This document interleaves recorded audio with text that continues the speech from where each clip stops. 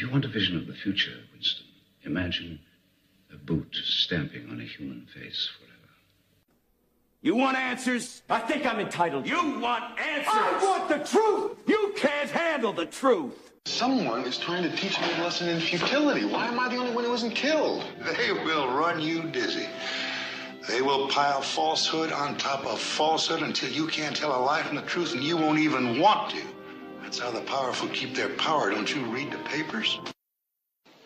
I just want to say one word to you. Just one word. Yes, sir. Are you listening? Yes, I am. Plastics. I'm going to get your money for you. But if you don't get the President of the United States on that phone, you know what's going to happen to you? What? You're going to have to answer to the Coca-Cola Company. The world is a college of corporations, inexorably determined by the immutable bylaws of business.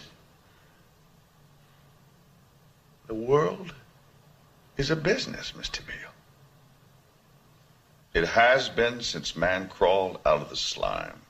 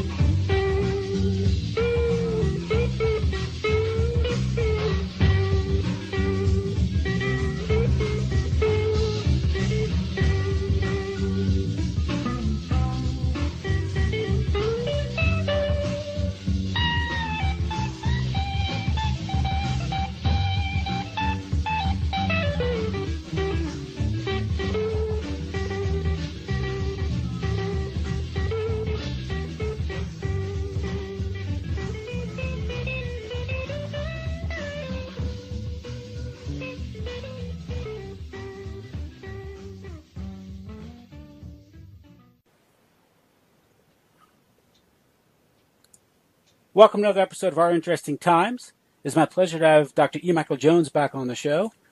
Dr. Jones is a historian, prolific writer, and editor of Culture Wars magazine. Among his many books are The Jewish Revolutionary Spirit and Its Impact on World History, The Slaughter of Cities, Barren Metal, A History of Capitalism as a Conflict Between Labor and Usury, which will be part of our discussion tonight. His latest book, I just learned, The Broken Pump in Tanzania, Julius Nyerere and the Collapse of Development Economics, just came out just the past few days, I understand, Dr. Jones? That's right. That's right. Just got copies. Okay, so now people can place orders for that book? Yes. It's on Amazon, or you can go to the culturewars.com website. Excellent. Okay, I look forward to that. It's basically a history of what happened in Africa after independence, the independence movement of the 1960s. Excellent. Also, of course, you are a subscription to Culture Wars magazine can be purchased at culturewars.com, as well as That's right. Go in there to look at all your books and buy those books. Great. Excellent. Well, tonight, again, I mentioned I want to discuss at least part of the part of Barren Metal. I finished it. Excellent book. And congratulations. I know it covers 800 years of history, so it's a monumental work. So not one interview or not even a few interviews can really cover it really to give it its due. But there's some key points in the book that I want to talk about tonight. One was British empiricism versus German idealism, and also just the idea of the Anglo-American empire based on usury and the German idea of labor, and how those ideas conflicted in the late 19th and 20th century, which led to the world wars and perhaps the Cold War, and even what we're seeing today played out with the Anglo-American empire trying to maintain its world hegemony. So, Dr. Jones, German idealism versus British empiricism. Basically, Adam Smith, Isaac Newton, the Scottish Enlightenment versus Johann Fichte, Heinrich Petsch, and Bishop von Kettler. So let's get into this. Yeah, you can't really understand England unless you start with the Reformation. And the Reformation, we are now going to have the 500th anniversary of Luther's posting of his 95 Theses at Wittenberg. If you look at it from a German perspective, it's a little bit confusing because you tend to think it's a theological issue. The Reformation is really not about theology. the Reformation is about theft. And this is crystal clear if you look at England. There was no theological justification whatsoever for the Reformation in England. There was no Luther over there. It was just pure, unadulterated theft of church property. That's all it was. Henry VIII saw what Luther had done in Germany, tried the same thing, was successful beyond his wildest dreams, ended up losing it all, but basically stole the church property. At this point, England is cut off from the Western tradition. No matter how they try to disguise the fact, they're cut off from political legitimacy. They're cut off from the philosophical tradition, the theological tradition. They're on their own. They're an island out in the ocean, and they're on their own, basically, philosophically as well. The only real ideology they had was magic, and this was, of course, the work of John Dee. He carried the torch for the Hermetic tradition or the occult tradition, which was basically Neoplatonism that had come into Europe via the Medicis a century before John Dee. John Dee was working for the British CIA of the time for Walsingham. He was a spy. He was an agent. And they thought they were going to use magic as their basic technology. This lasted for a while, and then the continental tradition caught up with them. Descartes' mentor and friend, Father Mersenne, had a debate with Robert Flood, who was basically the inheritor of Dee's Hermetic tradition, and just obliterated him. And at this point, England stands naked before the world. They have no justification for what they're doing, no moral justification, nothing. It's just naked power. And you can see this in the plays of Shakespeare, where Shakespeare is the Catholic Englishman trying to come to grips with a regime that has no legitimacy, no underpinning, nothing, just nothing. It's pure naked power, that's all. And at this point, the philosophy with Descartes becomes a continental issue, and England has nothing to say. This lasted, Flood was part of what became the Royal Society, and it lasted until Isaac Newton came along.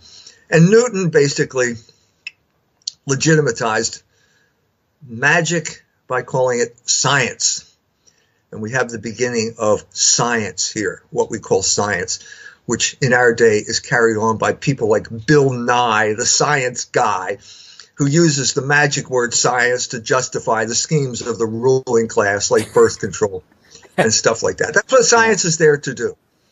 And at this point, Newtonian physics becomes the backbone of basically now the British have something to say. For the first time in centuries, they have something to say, and they have a plan. And this becomes part of their covert warfare. Desaguliers was a Huguenot who became Newton's assistant.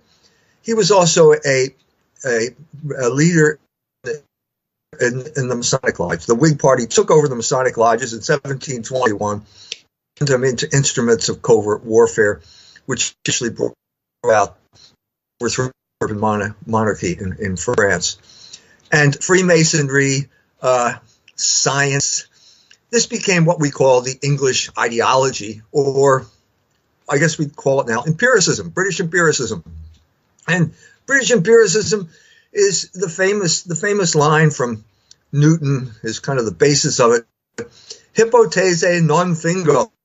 I frame no hypotheses. In other words, this is not me. This isn't about me. I'm just looking at the world, and I'm just telling you what I see in the world. And this is in many ways, it's a very effective cover for what you're doing, because basically what was Newton doing? He was basically bringing back paganism. His system, now he did something work. I don't want to denigrate what he did. He came up with the inverse square law. I understand the inverse square law. It's a good idea. It's a valid idea. But he used it to smuggle in basically a cosmology that was anti-Christian and pagan. It was Empedocles. The universe is made up of love and strife. He got that through the Hermetic tradition. He was the one biographer called him the last alchemist. And to give you some idea of the real face of the English or sky, whatever you want to call it, English Enlightenment, there is Newton and John Locke engaging in alchemical experiments in Newton's apartment in Cambridge, trying to turn lead into gold or something like that. So we have empiricism now, and it's basically, we're just looking at the world. We're not projecting anything onto the world. We're just looking at it. And that became the most effective way of projecting British power in the world. And the first success they had been fighting with Spain, over who was going to rule the world. They defeated the Spanish Armada. They had pirates and terrorists like Sir Francis Drake, who would basically steal the gold that Spain was bringing in from the New World. The lesson from this is, if you're going to steal something in England, don't steal a spoon. Okay? Because they'll hang you if you steal a spoon. But if you steal all of the monasteries in England, they'll make you a knight. If you steal all the gold on the Spanish main, they'll make you a knight. So be big in your thinking if you're a thief, an English thief. This is all, if you've ever seen the Pirates of Penzance, Gilbert and Sullivan deal with this issue there about pirates and the history of piracy in England. So basically, you've got this, we're just looking, just the facts, man. And Adam Smith comes along and takes this essentially pagan system, which is stating that the world is perfect. Because if you put love and strife together, you get perfect circular motion, and there's nothing you can do about it, and you don't want to do anything about it. So Adam Smith takes this and he applies it to the economy. And he says basically, what Newton said was it's not love and strife, it's gravity and inertia. If you leave things go, inertia means everything flies off in a straight line. Gravity means everything gets pulled toward the center. You put those two motions together and you get perfect circular motion, which means the universe is perfect and you don't want to interfere with it at all.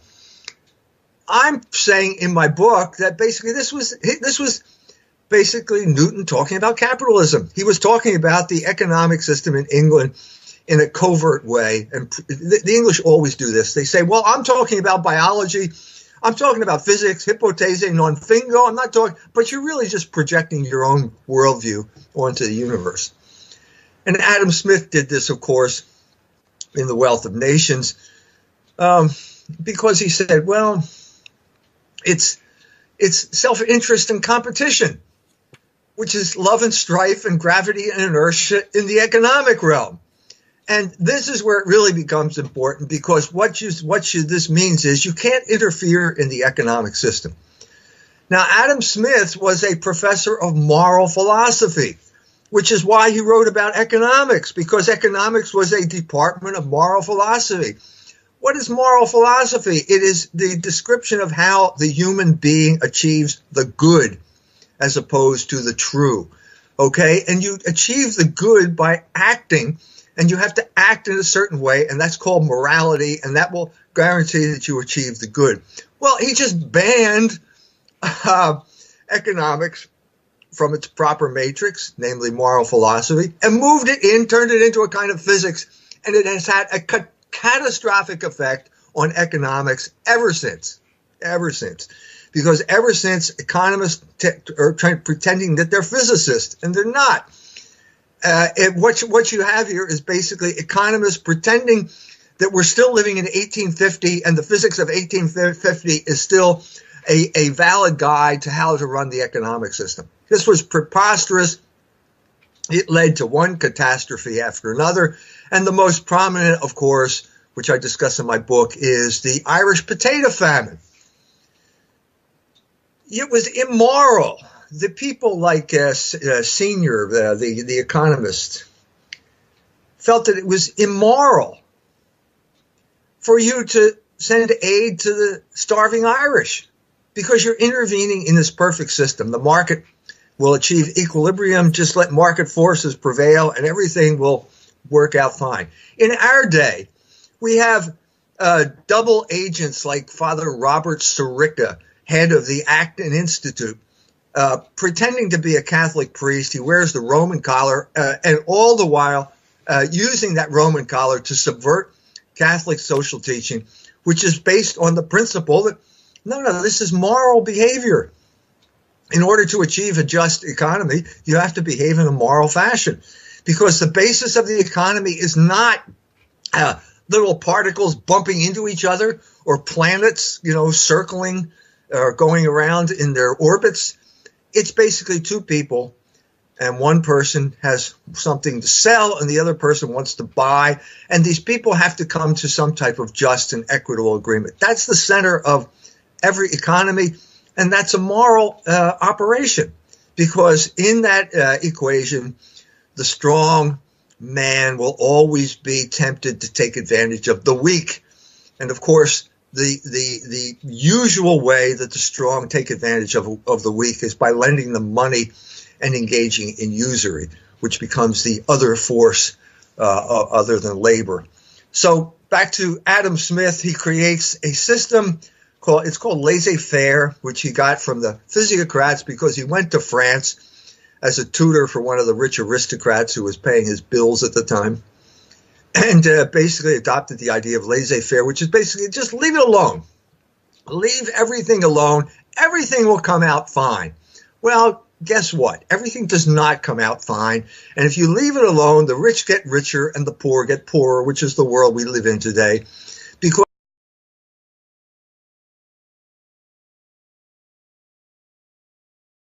into fewer and fewer hands, and that is, as I said, the world we live in today. So Adam Smith is a Scotsman. He was the Whigs, oligarchs who conquered Scotland after the Jacobite Rising of 1745, had a unique way of rubbing the noses of the people they defeated in their defeat. And that was by taking their children and bringing them to Cambridge and Oxford, as giving them scholarships. In our day, we have things like the Rhodes Scholarship, which is there to anoint the lackeys of the oligarchs. Bill Clinton is a Rhodes Scholar. This certifies that you are a dependable lackey for the oligarchs who run the Anglo-American empire.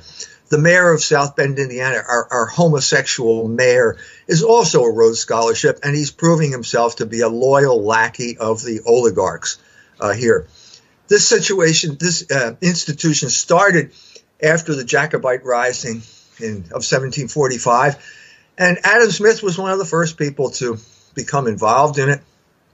He went to Oxford. He hated Oxford. He was there in Oxford when Bonnie Prince Charlie was marching on London.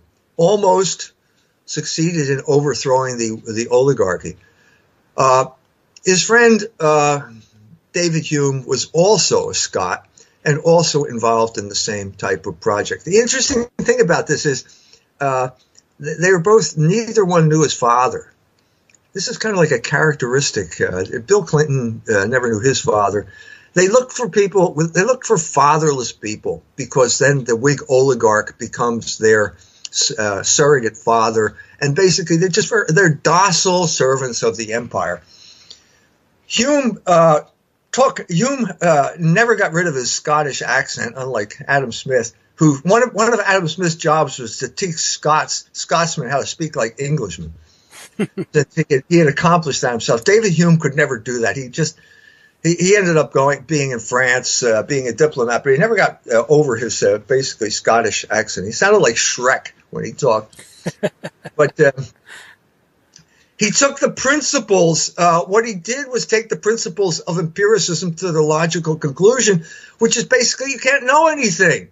Complete skepticism. Hume was a complete skeptic, and at this point, English philosophy ran into the ground. Not just English philosophy, but with Newton, basically the English had taken over European philosophy, and they become the avant-garde. And that was called science, and everybody was in awe of science. But Hume took the philosophical tradition Hume took British empiricism to its logical conclusion, which is basically you can't know anything. And you don't even know if you're there to know anything. How do you know that you are you? How do you know there's any continuity between the person who's talking now and the person who was on your show last week ago? Because there's no evidence. There's no evidence of causality. Causality is just something that you see, because it's like causality is what we would call post hoc ergo propter hoc. This spread throughout throughout Europe, and it had an absolutely devastating effect on basically the German, the continental tradition. And the man who was affected keenly by this was Immanuel Kant, who read Hume's book, and it led to a crisis. Okay, maybe we can't know. Maybe it's all just... So Kant read the book, read Hume, and for 11 years he did nothing but meditate on Hume. And finally he came up with the solution to this problem, and it was called the synthetic a priori. And in this, Kant said that a statement could be both true and real at the same time. It was... Hume said it could be true or false or real or unreal, but it couldn't be both. Kant said, no, it can be both. The synthetic or a priori proves that. And with this stroke, Kant resurrected Logos in Europe. And it led to probably the greatest period of German thought in the history of that country, even though it wasn't a country at this point. The Germanic principalities. This was Prussia. Prussia became an incredibly powerful entity because suddenly they had a foundation, a firm foundation, a metaphysical foundation. You could make statements that were real. He rehabilitated reason and Logos, and immediately had followers like Fichte, who was his disciple, actually went and met with him.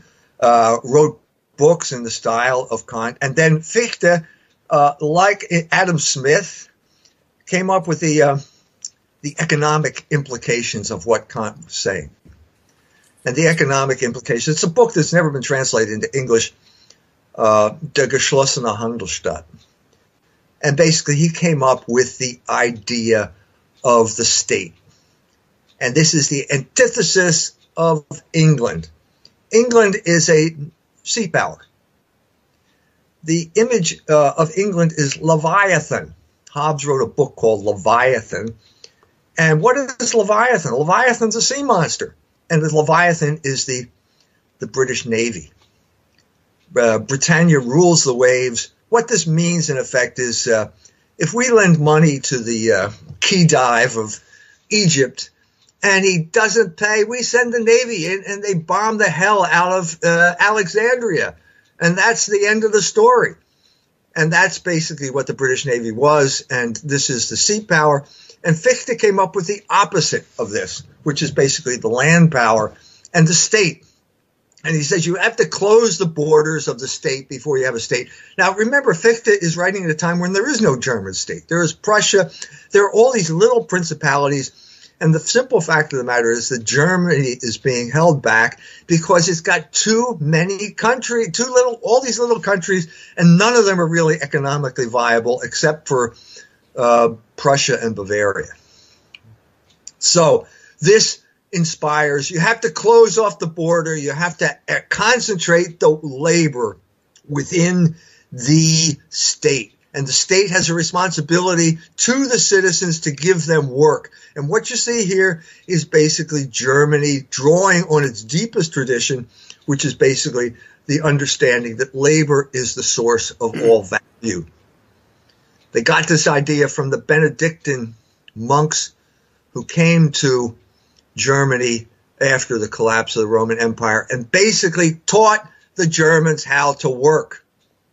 This is what I've said. I was in Tehran giving a talk on television. I said the Iranians were philosophers and astronomers when my ancestors were chasing pigs through the forest of Germany. And the only reason they're still not chasing pigs through the forest of Germany is because of the Benedictine monks who taught them how to work. Let me just fast forward at this point to the Nyerere book, because it has bearing on the Nyerere book. The broken pump in Tanzania, right? Yeah, the broken pump in Tanzania, because I went to Tanzania, and that was my epiphany. It's like my version of the Heart of Darkness, you know, like instead of Marlow going up the Congo, I go to Lake Victoria, cross Lake Victoria, come to the socialist village, Kamuga, and the center of it is a broken pump. And the pump's been broken for 30 years. Why is the pump broken? I ended up meeting the governor of the Mara state. And the first thing I said, just coincidence, he's there with his Land Rover with the flags flying on the bumper. And I said, yeah, the pump in Kamuga is broken. And he looks at me like, how does this Mzungu know that the pump's broken? And then he says to me, it's broken everywhere. Now, why is the pump broken in Kamuga and every place in Mara state in Tanzania? Well, it goes back to what I said about labor.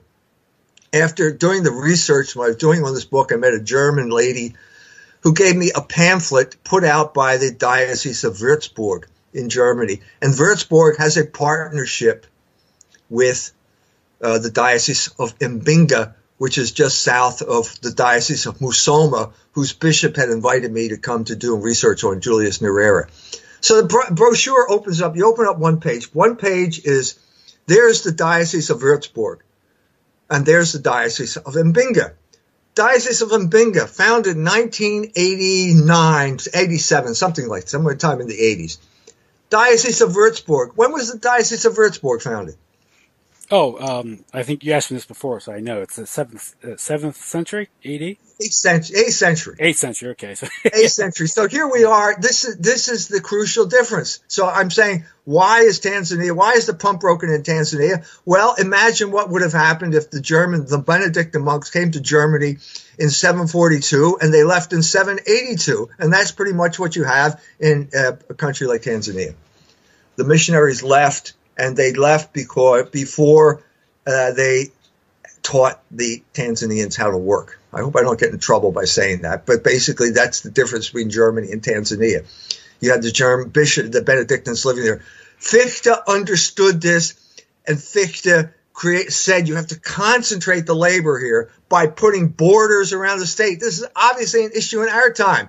The biggest issue probably in the Trump campaign was the border. We don't have borders. We have borders that are enforced in the interest of rich people who want cheap labor, which means we don't have borders. We don't have effective borders.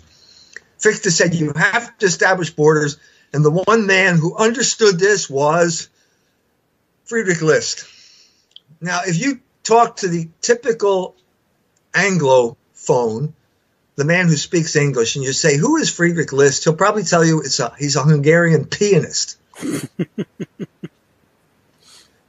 He was not a Hungarian pianist. He was the man who created Germany. He started off in the aftermath of the Napoleonic Wars, when Prussia was so grateful to the English for the help in defeating Napoleon that they opened their borders, and immediately a flood of cheap manufactured goods flooded into Germany and wrecked their economy, basically wrecked their economy. And the man who learned this lesson was List, who proposed what came to be known as the Zollverein, or the customs union, which is basically the problem with Germany, he said, is you got all these little principalities and they all charge tariffs on each other. So to sail down the Rhine, you have to pay tariffs to robber barons every 15 miles, which means you're never going to be able to produce anything effectively. So what he persuaded the Germans to do, inspired by Fichte, abolish the internal tariffs and set up an external tariff.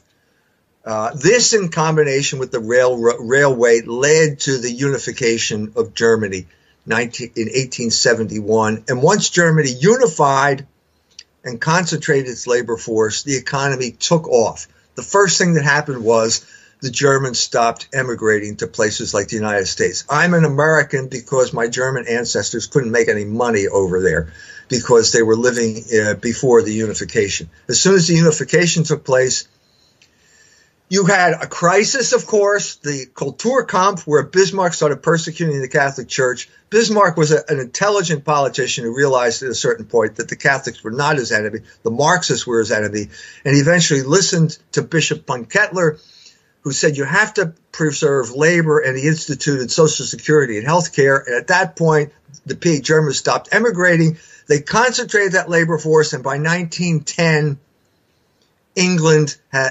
Germany had surpassed England as the most productive economy in the world. At that point, American heroes like Winston Churchill took notice, and he and Lord Grey then conspired to lead Germany into a war, which they succeeded in doing. There was a second world war called World War II, and at that point, Germany was completely crushed, unconditional surrender, and they were subjected to a ruthless form of social engineering, which basically induced the Germans to internalize the commands of their oppressors, which they have done better than any nation on earth. It's the most politically correct country in the world.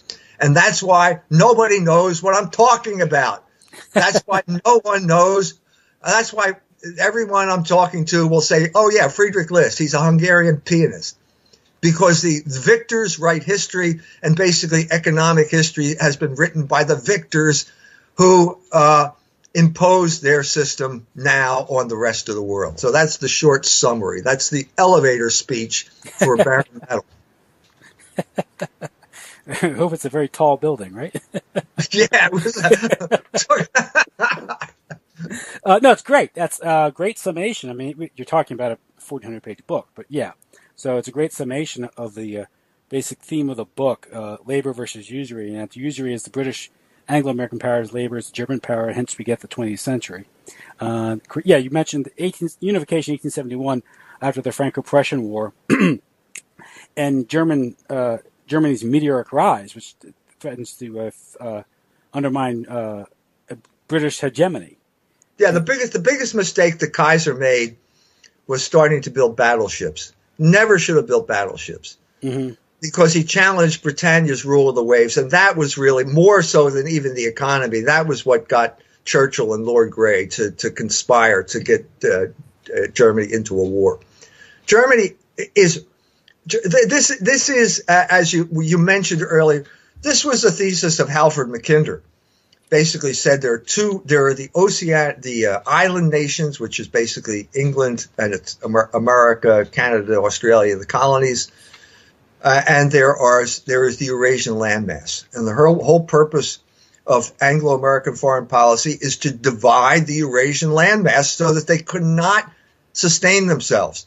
And this is precisely what happened to Germany, because it did not ally itself with Russia during World War I. The result of this, Germany cannot feed itself.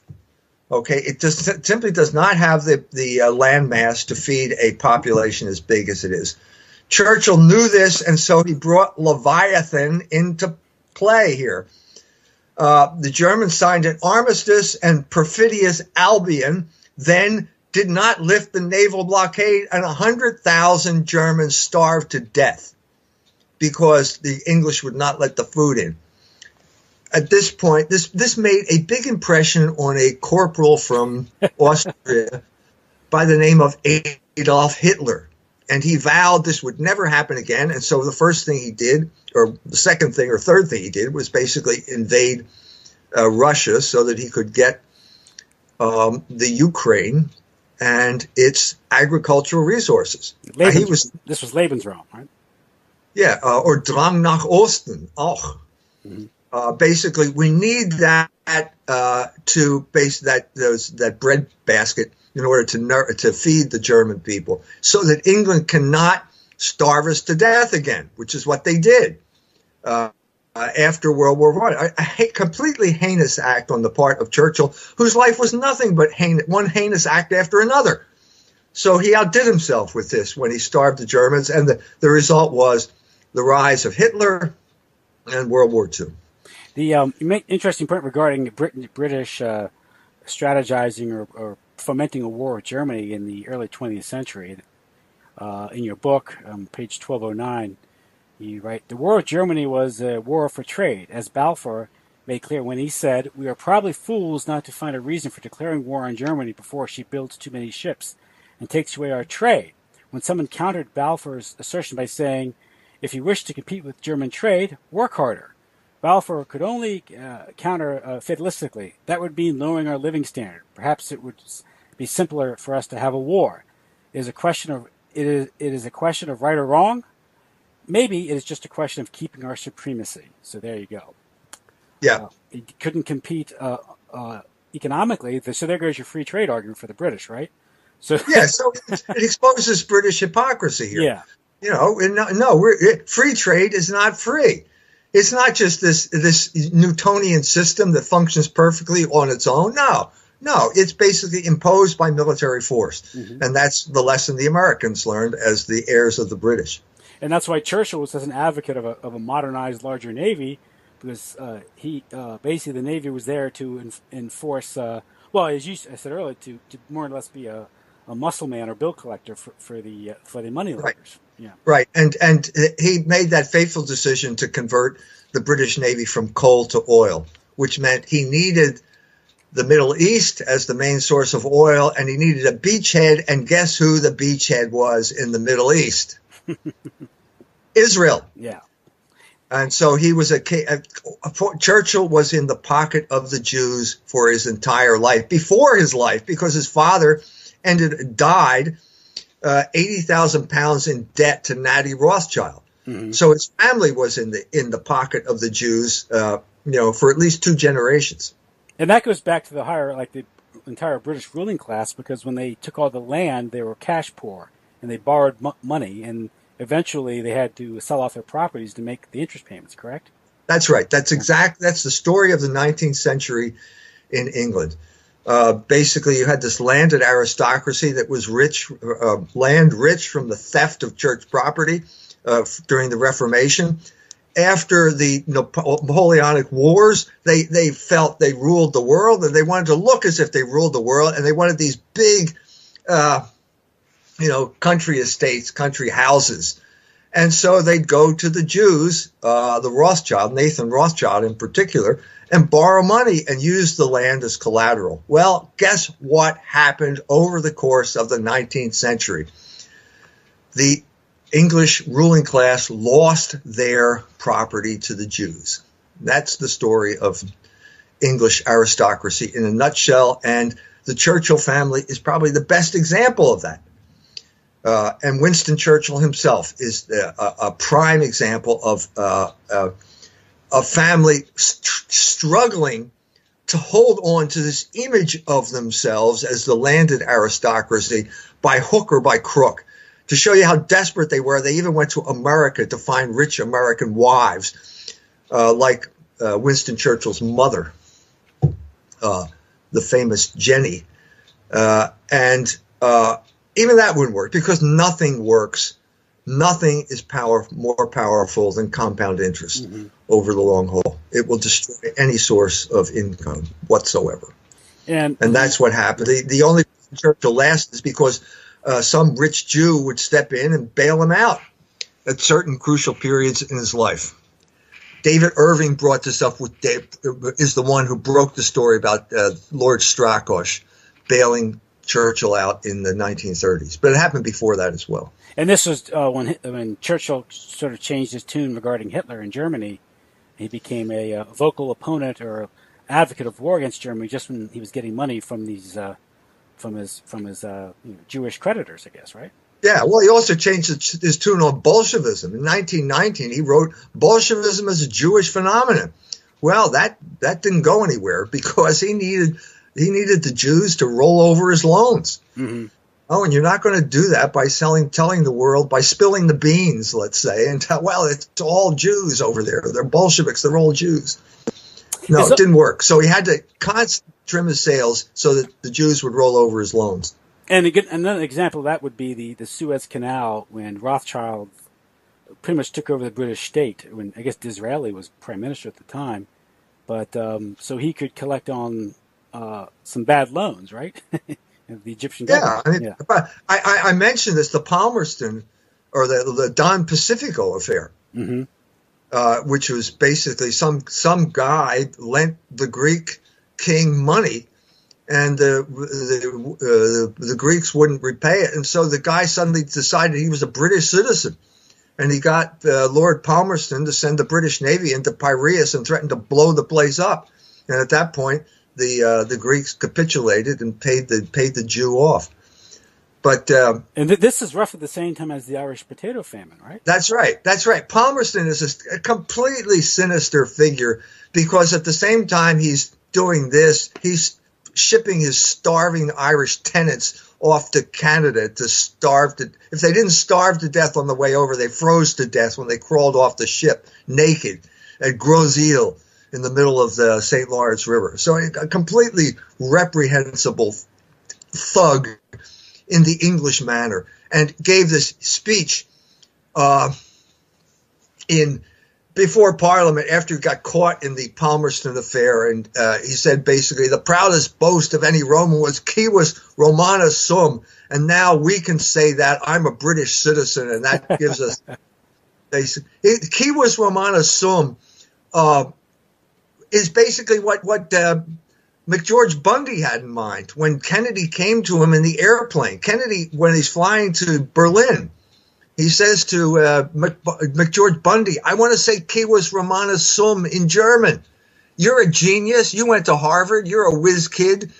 And so McGeorge Bundy came up with the famous line, Ich bin ein Berliner, which they were too polite to say it, but basically it means I'm a jelly donut. Because Germans would not say that.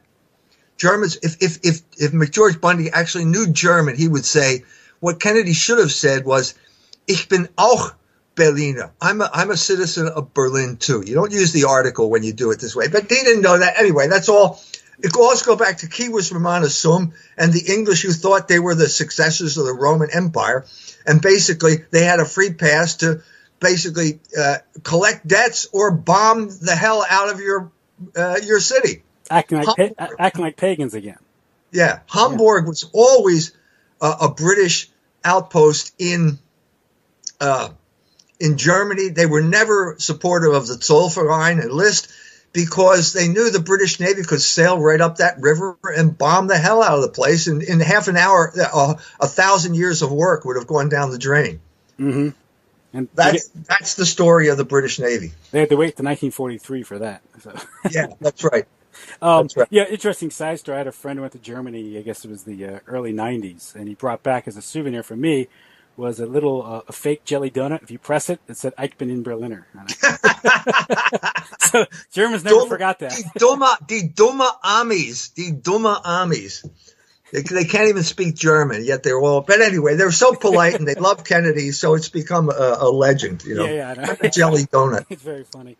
Now one thing we're talking about. The British philo-Semitism, which the origins of it maybe philosophical. It dates way back to Cromwell, at least that far. But also to this because the issue of usury, because in your book you also write that one of the problems underlying the British potato famine wasn't just this strange fungus.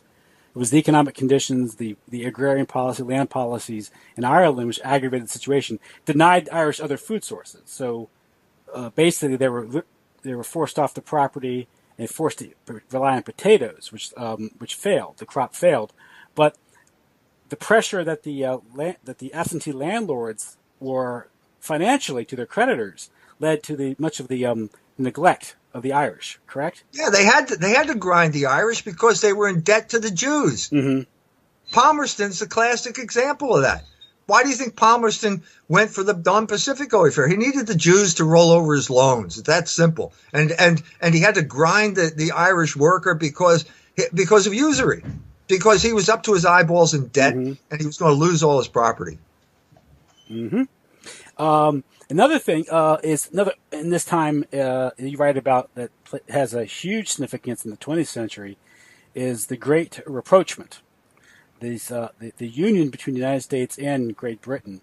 Worst thing that ever happened to the United States. Now, this was largely achieved because, one thing is the East Coast elite were always Anglophile, but most of the country wasn't. They're very skeptical. Germans, Irish, Poles, whatever, particularly Irish and Germans.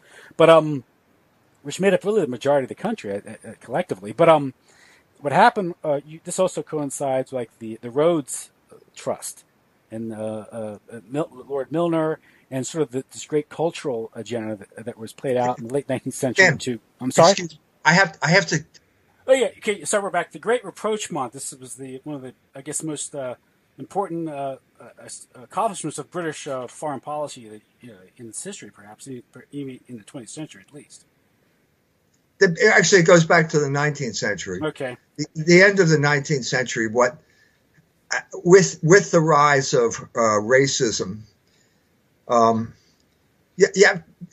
basically the ruling class in the United States felt they had more in common with the ruling class in England than they had with their own fellow citizens of the United States. Mm-hmm. This is a time when Madison Grant, one of the great racial theorists, said that there were three races in Europe. This is ironic because the white guys are always citing Madison Grant. Well, if there's one thing Madison Grant didn't believe in, he didn't believe in white guys. He said there was the Alpine race, the Mediterranean race, and the Anglo-Saxon or Teutonic race. And it was only the Teutonic group that he was interested in allowing into the United States. His great triumph was the Immigration Act of 1924, which basically excluded Catholics. Let's put it bluntly: Poles, Italians, people like that, Catholic Germans. And the tragedy here was that you had this tremendous violation of the idea of the nation, because the oligarchs are always internationalists, and of course, who are the prime internationalists in the world? Go ahead, say it. No, say it. Say it. Cosmopolitan Jews? The rootless cosmopolites that Stalin talked about. The people with no nation. They certainly had no nation at that point. And so they hated any type of nationalism. And they still hate every type of nationalism except their own nationalism. Jews like Trotsky, who was a communist because he hated all forms of nationalism. So had this violation of national consciousness because the American ruling class felt that they had more in common with people like Winston Churchill than an Italian on the Lower East Side of New York, which Madison Grant would have referred to as another race, an inferior race.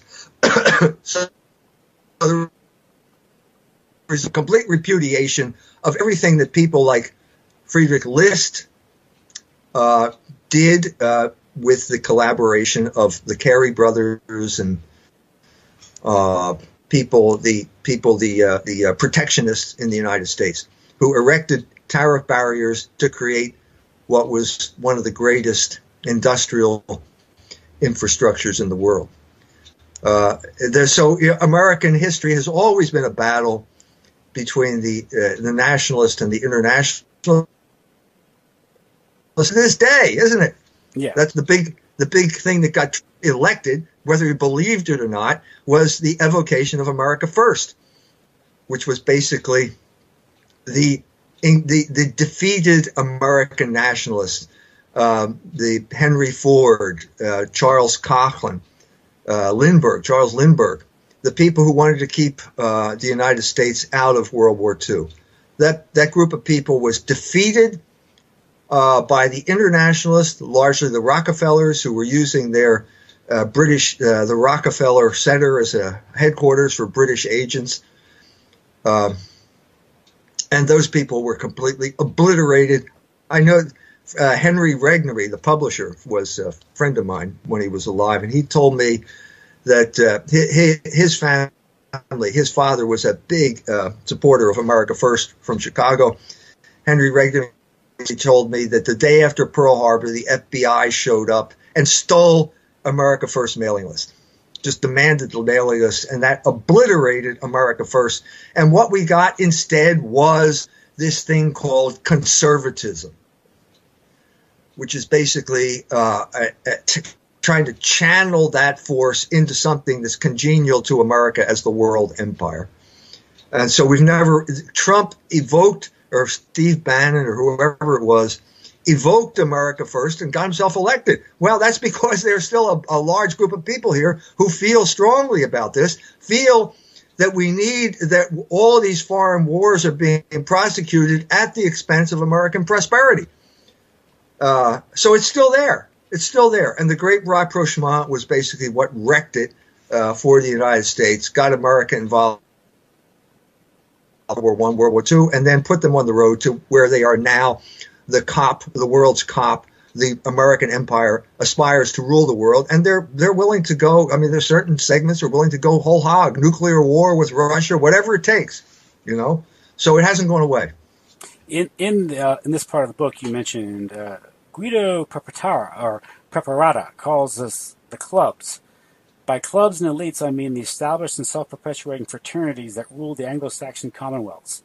These were and still are formed by the aggregation of dynasts issued from the banking houses, the diplomatic corps, the officer caste, and the executive aristocracy, which still remain solidly entrenched in the constitutional fabric of the modern democracies. These clubs act, rule, breed, and think like a compact oligarchy and co-opt the middle class to use it as a filter between themselves and their cannon fodder, the commoners. In the 20th and early 21st centuries, it is the Anglo-American clubs that have carried the day, and their tenure has little to do with human rights, free markets, and democracy, regardless of what they may shamelessly say. That was a well-chosen quote you put in your book. Yeah, that's Guido Preparata's book. Yeah, about Hitler. Mm-hmm. That's right, and he's right. Basically, the metaphor for American society is the Masonic Lodge.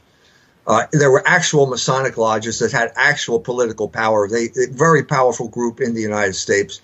The populace became aware of it in the early or mid 19th century. There were actually anti-Masonic parties in the United States. But it continued. Their clubs. He's right. I mean, the classic example of this was the election where we had to choose between George W. Bush and John Kerry, who happened to be both members of the same secret society called Skull and Bones. You know, this is Harvard, Yale, are places where these clubs exist. So when you, as my son went to Harvard, this is a tryout to get in the club. The club was the Porcellian. My son did not get it. This probably sounded like sour grapes on my part, but my son did not get into Porcellian because he gave the wrong answer when they asked him what he thought of Darwin, which is one of the pillars of ideology, you know. So, but I mean, so Pete Buttigieg, Bill Clinton, they're people who gave the right answers. They got into the club, the Rhodes Scholarship, the Skull and Bones, whatever rule. These are the oligarchs. These are the people who do the bidding of the oligarchs and impose oligarchic control over the rest of us. Now, you also, in the book, you have a piece, David Wemhoff's, this is on page 1309, talking about the Americans' decision to pretty much pick up the mantle of the British Empire after the Second World War. And it's a great summation of exactly what is the agenda of the American Empire just after the Second World War. He writes, Wemhoff then explains, or you write, Wemhoff then explains the ramifications of America's decision to embark on the path of economic warfare. This is in the late 40s. In addition to psychological warfare, C.D.'s efforts, this is C.D. Jackson, C.D. Jackson's efforts were not surprisingly in the area of economics, particularly in the development of American world economic plan or system. If the media was the means, then economics was the reason, and C.D. was conversant and influential in both arenas. To that end, he was also a part of the World Trade Foundation, which intensified the movement to globalize America's international business interest. He was a key organizer of the Bilderberg Group that first met in 1954. C.D. saw that the one thing that private enterprise cannot do abroad is to create a favorable climate for U.S. investment. That's the job for the U.S. government, and that's a job that is today honor-bound to do. Like Luce and Kennan, C.D. knew that the consumer demands had to be increased and the world standard of living raised to solve the problem stimulating demand. Therefore, getting American business, hence American banking, and the capitalist spirit stretching around the globe, C.D. wrote that there are 2 billion people on this globe, and 50% of them have a sub-marginal standard of living. And therefore, to increase that living standard by a fraction of a percent created a demand for production that would exceed all current capacity in the West.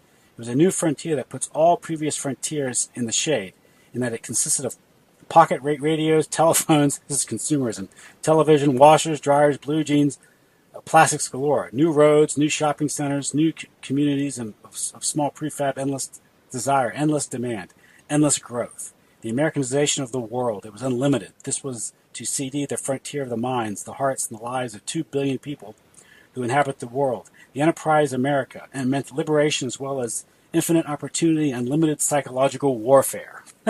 So, that was it. I mean, that's pretty much encompasses the sort of the full spectrum dominance of this empire, I guess.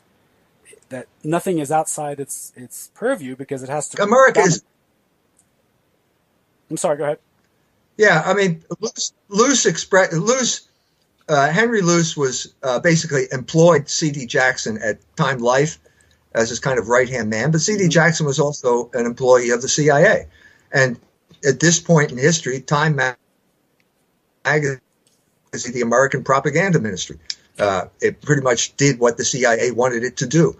And Luce, during World War II, came up with the American proposition and basically said America is a commercial republic, which is, I think he's right. I think that's all this country will ever be. I just read an article where there's some professor at the University of Virginia agonizing over the curriculum. Well, forget it, buddy. You know, I mean, I've reached an age where I realize you can agonize all you want. America is a commercial republic, and all this type of stuff about Plato and the great books, it's all window dressing. It's all just business. And this is, see, I'm trying to expand on this idea. It is what it is. I'm a great believer in Hegel's idea of the List der Vernunft, the cunning of reason. America has created a world language, English. The language basically allows us to say, how much does that cost? I'll take 10. And above that, you're in trouble. And that's the problem with the world right now. You know, if it's anything more complicated than how much does it cost and I'll take 10, then we have to send in the army to resolve this issue because we can't adjudicate. But I'm saying that the cunning of reason created that language. Language is logos. There's no question about that. But it allows us now a higher logos, which I'm trying to sell, being the good American salesman, right?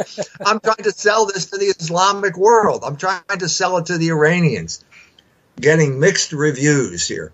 But basically, the Iranians come to me when I was in Tehran the last time and said we'd like to collaborate. A delegation from the university came. So I said, sure, let's create philosophy. Let's recreate philosophy in the Islamic world after the 1,000-year collapse, after the 1,000-year slumber that began when Ibn Rushd couldn't resolve the Quran or Aristotle. Let's do it now. Now, the jury is still out on this thing, but I'm saying that's what needs to be done. And it may be that the American empire will provide a way to that, but in spite of itself, because God is in charge of history, not Harry Luce or C.D. Jackson.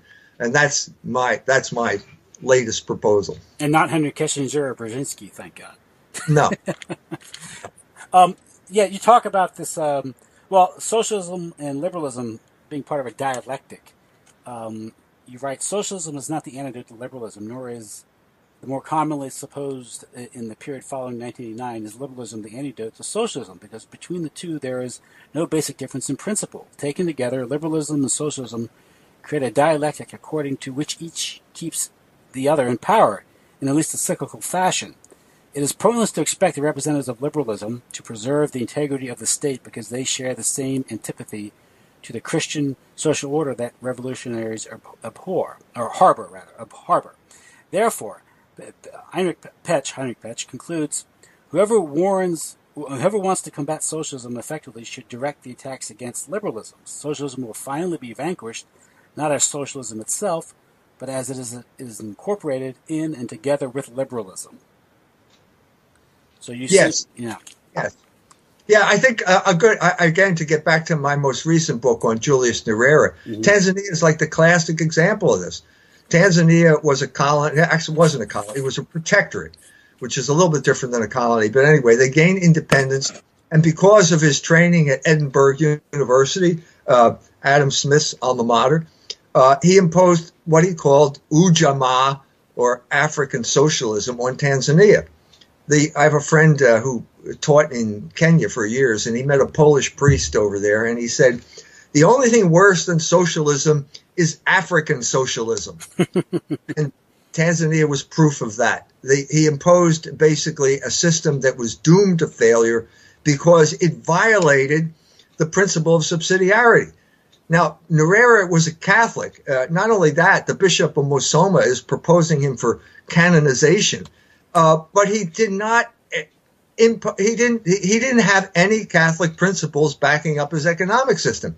If he had read Quadragesimo Anno, which was the most recent statement of Catholic social teaching, Nyerere would have known that you have to have subsidiarity. You can't have the higher do for the lower what the lower can do for itself. And so you had one food company in Tanzania, which allowed the creation of a nomenclatura, a corrupt ruling class elite that basically used it as a form of extorting bribes from people. What do you expect? And of course, that led to an unsustainable system. And at that point, the repressed returns. Robert McNamara leaves the World Bank. The new guy comes in and imposes the orthodoxy of Milton Friedman on the rest of the world. And they cut off the aid, and now they're just predatory lending. And the result is privatization, and Tanzania goes into international debt. That was true for the entire world. So you see the basic cycle. Nyerere became a socialist because socialism was the orthodoxy in England at that time. That was because of John Maynard Keynes, who had to pick up the pieces after capitalism collapsed in 1929. It failed. It failed. It always fails because capitalism is state-sponsored usury. And usury always leads to unrepayable debt and collapses the economy. Always happens. That's basically the story of my book. Okay? So this is the dialectic that went back and forth, and that's what led to the collapse of development in places like East Africa. We're still living in the same situation. Now, you mentioned, well, first with German idealism, you write that situated firmly in the German idealist tradition of economic thought created by Fichte, Müller, List, and Kettler and Petsch, brought to that body of thought an understanding of the moral underpinnings of economic life that had been previously lacking. Petsch and Kettler administered the coup de grace to Smith and the Scottish Enlightenment by showing that self-interest cannot serve as the basis for economic life. This is the idea that where morality was banished from economics with Newton when he proposed that it was like physics, where prior to Newton, economics was a subset of morality. After Newton, morality became a subset of economics. They was switched around. But you're saying what German idealism does, it's a re-injection of the notion of morality in economic affairs. Now that would be going too far. Okay.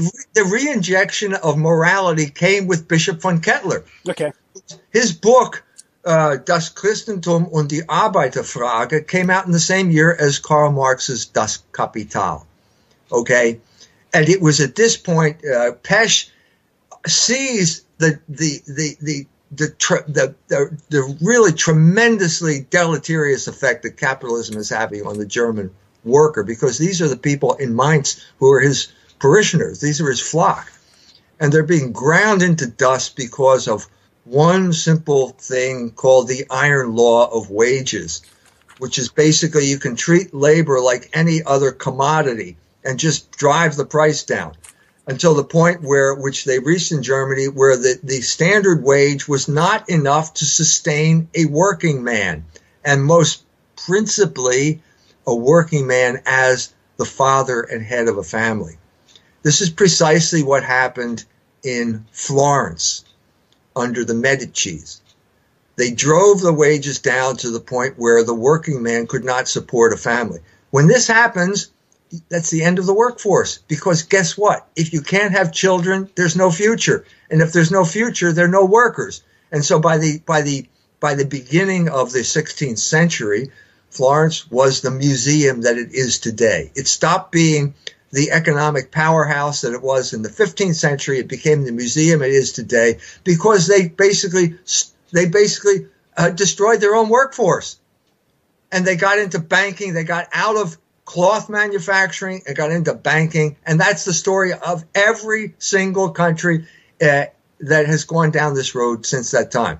Holland, England, America. That's when you were reading that C.D. Jackson passage about America selling washing machines. I felt myself thinking, this feeling of nostalgia came over. What a great place America was when it was actually producing washing machines. You could export, yeah. You know, what are we producing now? Well, collateralized debt obligations. Did you see The Big Short?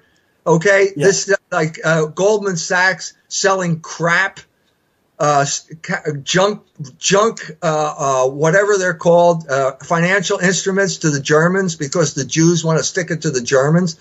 This is the world that we live in now. I mean, what a great world America was when we actually produced something. Laurie Blankfein doing God's work, right?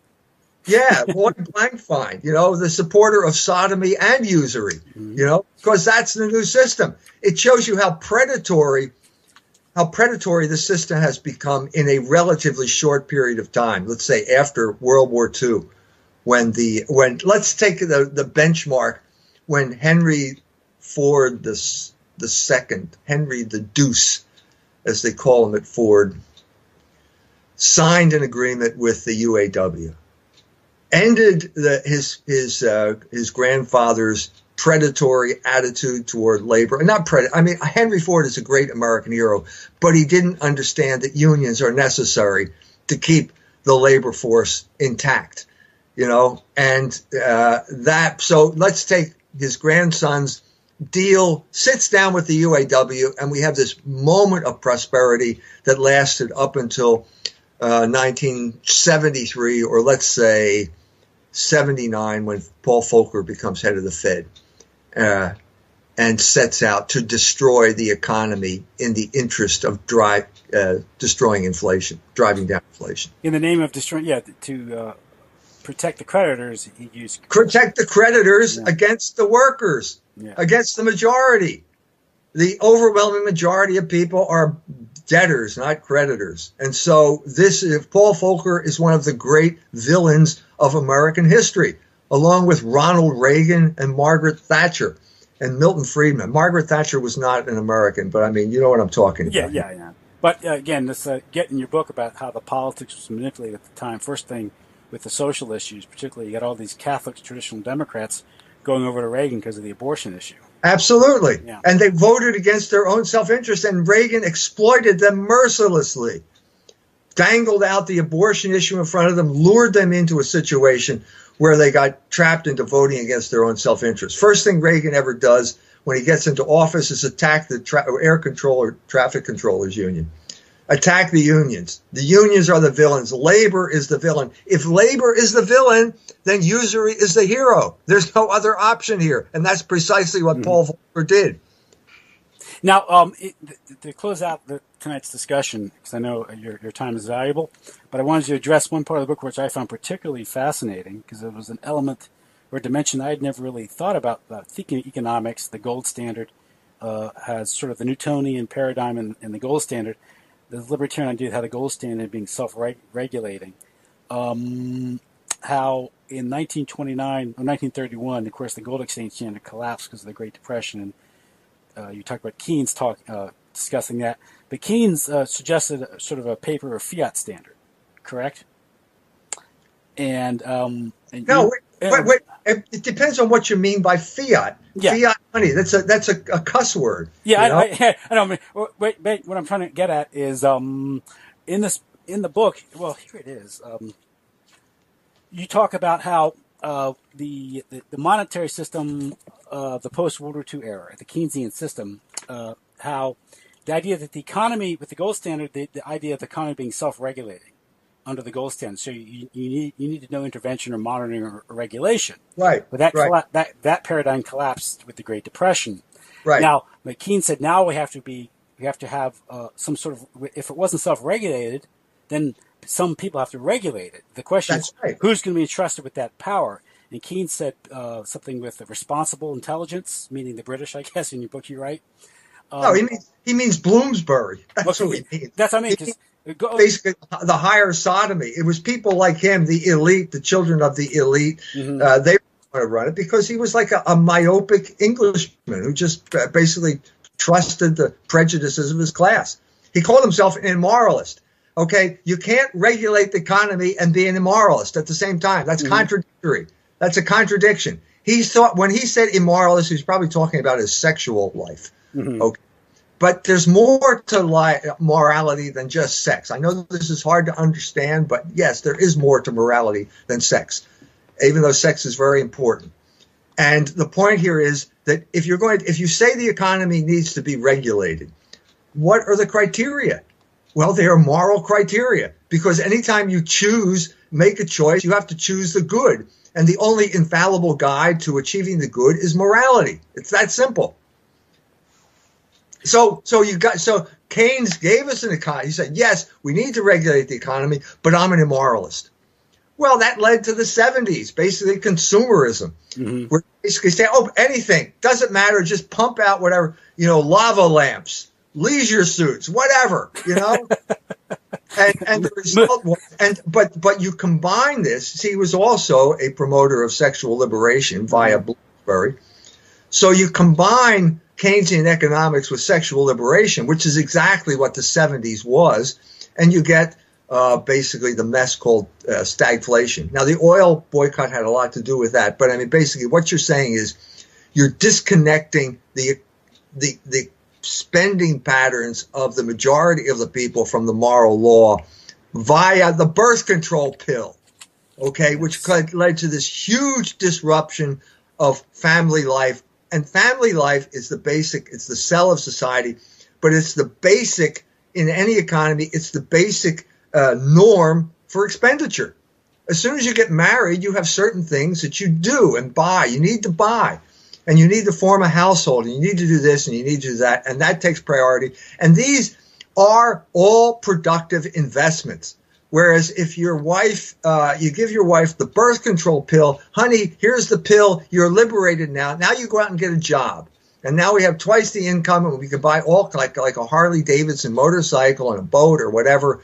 And as a result, you disrupted the entire economy, entire spending pattern, and you diverted it into non-productive uses of money. And the result was basically they felt the economy got out of control, too much debt, inflation, and that allowed the entrance of the villains like Paul Volcker, who created a hugely predatory system of the leverage buyout and cheap money to basically gut the great industrial powerhouse of the United States for short-term gains. And this is just when they're, of course, the trilateralists are setting China up to be the new manufacturing center. That's right. That's in my most recent. That's in the Nyerere biography. The whole at Chateau Rambouillet in 1975 was basically the oligarchs through people like Helmut Schmidt and Henry Kissinger saying, "We need new geographies of production. We're going to kill Fordism." That's the word they use, Fordism, which basically meant highly productive industrial enterprises paying high wages. And so they killed the goose that laid the golden egg. That's exactly what happened. And sexual revolution or sexual liberalism or sexual freedom was a big part of that. That's when Michel Foucault makes that deal. Absolutely. Absolutely. Michel Foucault is the patron saint of every single university throughout the world right now. He is the Thomas Aquinas of the decadent American empire. I apologize to St. Thomas Aquinas for mentioning his name, but he is the patron saint. And what did he do? He basically sold out the left. He made a pact with the devil. That's his pact. That's his word. James Miller cites it in his biography. Took LSD in Death Valley, 1975, and came up with the new formula, which is the regnant formula right now, which is basically you give us unlimited sexual liberation, and we won't criticize your economic system. That is the world system right now. That's Pete Buttigieg. That's the mayor, the gay mayor of Berlin, Wolverine. Wir sind arm, aber sexy. We're poor, but we're sexy. So in other words, the ideal citizen is the homosexual now. It's poor, it's low wages. This is and if you don't like the fact that you're getting crappy wages, don't complain, don't unionize, go to the gay disco and forget about all your troubles. Mm-hmm. It's well, in the end, we're all dead, right? That's right. That's what Keynes said. Yeah. And so, no sense of posterity or the long term. Yeah. Well, no, you never had any children. You don't have any children. And I just saw a recent article. No ruler in Europe right now, no president has any children. No one, not one. I came across that myself. I thought that was very, very interesting. Yes. No children. No children. Yeah. No children, no future. Sorry. Yeah. And so basically, these are, I don't know whether they're homosexuals or not, but the point here is you're supposed to act like a homosexual even if you're not one. And that means no children. It means total dedication to your crappy job and spending the night at the gay disco to forget about your troubles. Narcissism. Yeah. Narcissism. That's right. Now, you sum this up very well. About Keynes. Keynes' diagnosis of the problem was more accurate than the complaints of his detractors, but neither he nor his followers could grasp the complex moral alchemy which led to stagflation. The main source of confidence in the inflationary boom and the borrowing which sustained it was the birth control pill, which gave the illusion of double household income, while relieving those same households of the expenditures necessary to provide for children.